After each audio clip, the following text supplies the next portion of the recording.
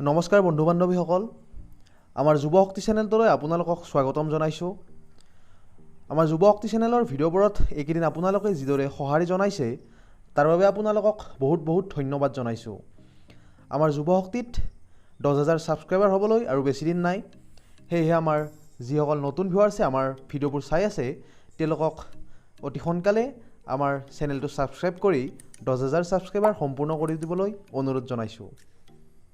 তো ইয়াৰ আগৰ ভিডিঅ'টোত আমি আপোনালোকক জনাইছিলোঁ যে আমাৰ কয়লাৰ মুৰ্গীবোৰ বিক্ৰী কৰা হৈছে আৰু বিক্ৰীৰ ভিডিঅ'টো মই ভালদৰে বনাই থৈছোঁ। আৰু আজি আপোনালোকক কয়লাৰ মুৰ্গী বিক্ৰী কৰি কিমান টকা লাভ পালোঁ, কি কয়লাৰ মুৰ্গীত এইবাৰ কিমান খৰচ হৈছিল, এই সকলোবোৰ হিচাপটো আপোনালোকক জনাম।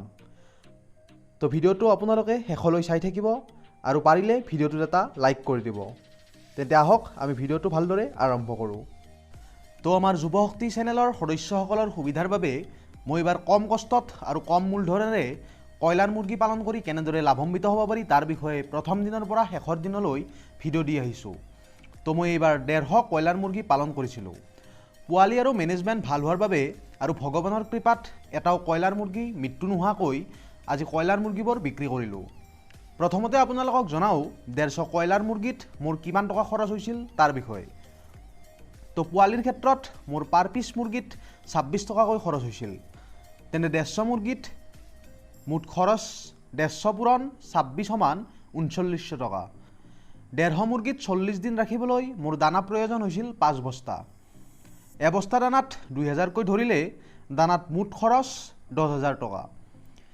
মেডিচিনৰ ক্ষেত্ৰত মই একেবাৰে প্ৰয়োজনীয় মেডিচিনখিনিহে ব্যৱহাৰ কৰোঁ। মুৰ্গী পালনত ব্যৱহাৰ হোৱা বিভিন্ন ধৰণৰ মেডিচিনৰ বিষয়ে আমাৰ চেনেলত বিতংকৈ ভিডিঅ' দি থোৱা আছে। ভিডিঅ'ৰ লিংকটো মই আপোনালোকৰ সুবিধাৰ বাবে ডেছক্ৰিপশ্যনত দি দিম। আপোনালোকে ভিডিঅ'টো ভালদৰে চাই ল'ব। তো মোৰ মেডিচিনত খৰচ হৈছিল 800 টকা। ভেকচিন আৰু অন্যান্য খৰচত 1500 টকা যদি ধৰিলেও মোৰ টোটেল খৰচ হ'ব 3900 টকা প্লাছ 10,000 টকা প্লাছ 800 টকা প্লাছ 1500 টকা সমান 16,200 টকা। তেন্তে দেখিলে 150 মুৰ্গী পালন কৰোঁতে মোৰ 16,200 টকা খৰচ হ'ল। এতিয়া আহোঁ লাভৰ বিষয়ে। এইখিনিতে আপোনালোকক জনাওঁ যে ঠাণ্ডাৰ দিনতকৈ গৰম দিনত মুৰ্গী পালনত লাভটো অলপ কমকৈ হয়। কাৰণ গৰম দিনত মুৰ্গীবোৰে দানা সঠিক পৰিমাণে নাখায়, যাৰ ফলত সিহঁতৰ ওজন কমকৈ অহা দেখা যায়। তো মোৰ 150 মুৰ্গীত গড় ওজন আহিছিল প্ৰায় 950 গ্ৰাম। তো টোটেল ওজন হ'ব 150 পূৰণ 950 গ্ৰাম সমান 142 কেজি 500 গ্ৰাম। যিহেতু বৰ্তমান কয়লাৰ মুৰ্গীৰ দাম অধিক, সেয়েহে মই এইবাৰ 170 টকাকৈ পাৰ কেজি মুৰ্গী বিক্ৰী কৰিছোঁ। এতিয়া 142 কেজি 500 গ্ৰাম মুৰ্গীক 170 টকাৰে পূৰণ কৰিলে আমি মুঠ টকা পাওঁ 24,225 টকা। যদি ভিডিঅ'টো ইমানখিনিলৈ চাই আছে তেন্তে প্লিজ ভিডিঅ'টোত এটা লাইক কৰি চেনেলটো এতিয়াই ছাবস্ক্ৰাইব কৰি ল'ব।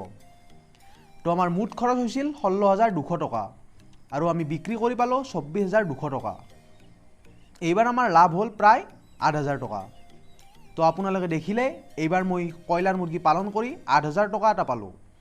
তো ঘৰতে এনেই বহি নাথাকি নিজৰ যুৱ শক্তিক জাগ্ৰত কৰক আৰু কামত লাগি যাওক।